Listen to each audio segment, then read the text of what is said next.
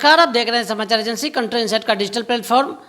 जातीय जनगणना को लेकर महागठबंधन की सरकार बहुत कंसेस है और इस विषय में आज बिहार सरकार के वित्त मंत्री विजय कुमार चौधरी ने प्रेस कॉन्फ्रेंस किया है। विजय चौधरी ने कहा है कि जातीय जनगणना को लेकर हम लोग सुप्रीम कोर्ट गए हैं। सुप्रीम कोर्ट का जो फैसला आता है, अगर आवश्यकता पड़ा तो जातीय जनगणना के लिए हम लोग बिहार विधानसभा में कानून भी बना सकते हैं। सुनिए विजय कुमार चौधरी क्या बोल रहे हैं इस वीडियो में।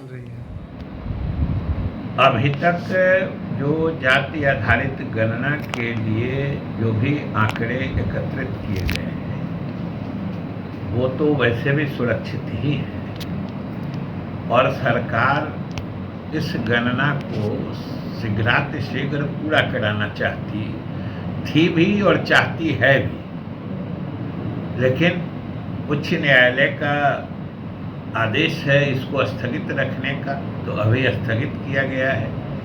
लेकिन आप देख रहे हैं कि बिहार सरकार और हमारे मुख्यमंत्री जी हर हाल में इस गणना के कार्य को पूरा कराना चाहते हैं। इसके लिए जो भी इसके कानूनी उपाय हो सकते हैं वो सब सरकार की तरफ से किए जा रहे हैं। पहले तो उसी कोर्ट से कहा गया कि आप फाइनल जजमेंट दे दीजिए, उन्होंने नहीं माना, तो अब माननीय उच्चतम न्यायालय में इस मामले को सरकार ले गई है और हमें पूरी उम्मीद है कि उच्चतम न्यायालय से हमें जाति आधारित गणना का कार्य पूरा कराने की अनुमति मिल जाएगी। वो इसलिए कि जो उच्च न्यायालय ने आदेश दिया है उसमें कई तरह की बातें हैं। जैसे वो दोनों बात कह रहे हैं कि इसमें आप वही सारे चीज या आंकड़े इकट्ठा कर रहे हैं जो आम जनगणना में ली जाती है। आप वो आदेश पढ़िएगा, उसमें ये भी लिखें। तो सवाल है कि आम जनगणना में जो आंकड़े या जो सूचनाएं सरकार संग्रहित करती है और उससे निजता के अधिकार का हनन नहीं होता है और लोगों की कोई गोपनीय सूचना सार्वजनिक नहीं हो पाती है, तो वही सूचना अगर जाति आधारित गणना के लिए एकत्रित की जाएगी तो उससे निजता का अधिकार का कैसे हनन हो जाएगा। और उसमें क्या पूछा जाता है, पिता का नाम, पति का नाम, किस जात के हैं, किस धर्म के हैं, आपका पेशा क्या है, आमदनी क्या है। इसमें कौन सी ऐसी एकदम से गोपनीय सूचना है? ये तो आम सूचनाएं हैं और उच्च न्यायालय ने स्वयं कहा है कि ये सभी सूचनाएं वैसी ही हैं जैसी जनगणना में ली जाती हैं। तो जनगणना में ली गई सूचना और वो सब सार्वजनिक होती है, तो अगर उससे निजता के अधिकार का हनन नहीं होता है तो फिर राज्य सरकार वही सूचना लेती है तो उससे निजता का अधिकार का हनन कैसे होगा। दूसरी बात है कि उन्होंने यह भी कहा कि विधानमंडल ने अगर सर्वसम्मति से प्रस्ताव पारित किया तो उसने कानून क्यों नहीं बनाया।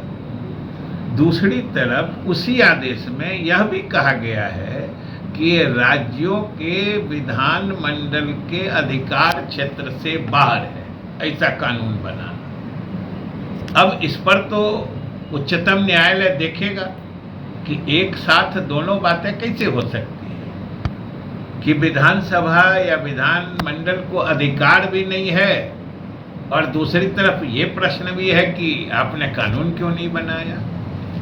और सबसे बड़ी बात है कि जाति आधारित गणना का आज प्रसंग है, इसकी आवश्यकता है।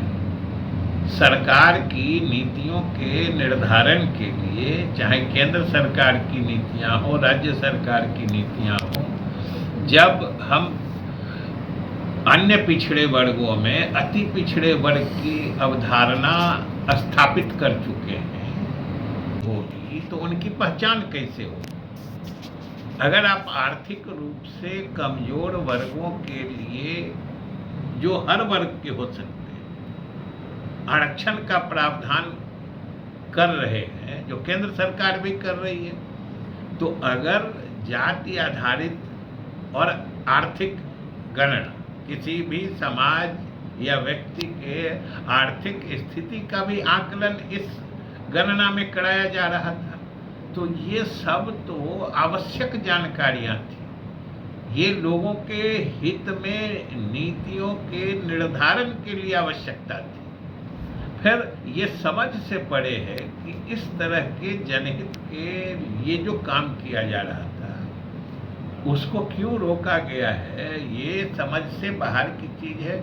और हम लोग सरकार की तरफ से पूर्ण उम्मीद है कि उच्चतम न्यायालय जरूर इस मामले को देखेगा और हमें ये कार्य पूरा करने की अनुमति देगा। क्या कुछ कानून बनाने की भी तैयारी चल रही है कि आप लोग विधानसभा में कुछ नहीं, आवश्यकता पड़ेगा तो कानून बनाया जाएगा। और हमने तो कहा ना कि जो भी आवश्यक कदम होगा वो सरकार उठाएगी, क्योंकि माननीय मुख्यमंत्री जी और सरकार हर हालत में इस कार्य को पूरा कराना चाहती है। जो भी इसके आवश्यक वैधानिक उपाय होंगे वो किए जाएंगे। Right message, right communication. Country Inside News.